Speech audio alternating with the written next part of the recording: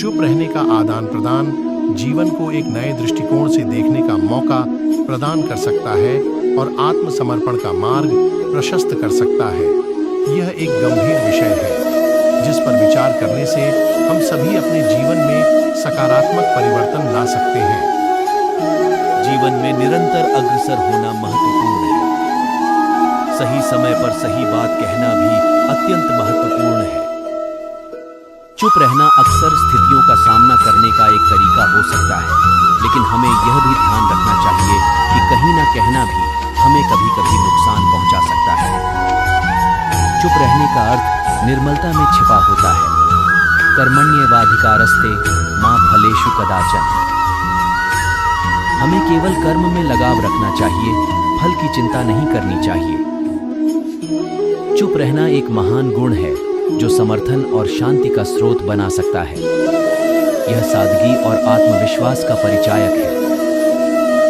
चुप रहने की शक्ति ही वास्तविक सामर्थ्य का प्रतीक है। चुप रहकर हम अपनी आत्मा को शांति प्रदान करते हैं और अपने आसपास के वातावरण को सुधारते हैं। चुप रहना मानवता के लिए एक महत्वपूर्ण गुण है जो हमें सहानुभूति और समर्थन का आदान प्रदान करता है। समस्त संदेशों को चुनौतीपूर्ण स्थितियों में भी शांति बनाए रखना महत्वपूर्ण है।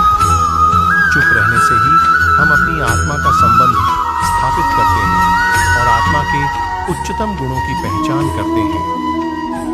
इस प्रकार चुप रहने वाला व्यक्ति अपने आत्मा के माध्यम से सच्ची शक्ति प्राप्त करता है और समस्त जीवन को आदर्श दिशा में मोड़ता है।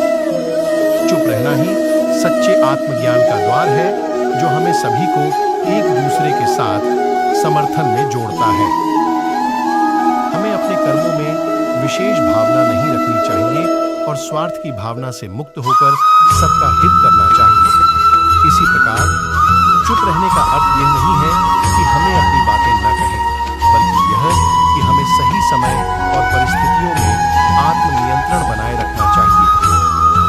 चुप रहना व्यक्ति को अपनी आत्मा की गहराइयों में ले जाता है और उसे अपनी आत्मा का साक्षात्कार होता है। चुप रहना हमें अपने आत्मा के साथ संबंध स्थापित करने का एक माध्यम प्रदान करता है जिससे हम अपने सच्चे स्वरूप का अनुसरण कर सकते हैं। इस चुप रहने की कला से हम अपने आत्मा को सुन सकते हैं और अनंत प्रेम का अनुभव कर सकते हैं। शांति और आनंद अंतर्निहित होते हैं और उन्हें हम स्वयं में ढूंढ सकते हैं। इस प्रकार हमें चुप रहने के माध्यम से अपने जीवन को एक नया आयाम देने का एक सुनहरा अवसर प्राप्त होता है।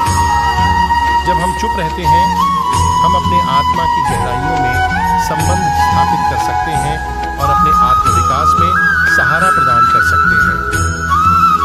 सच्ची शक्ति चुप रहने में ही होती है, जिससे हम आत्मा को अधिक समझ सकते हैं और जीवन को एक नए दृष्टिकोण से देख सकते हैं।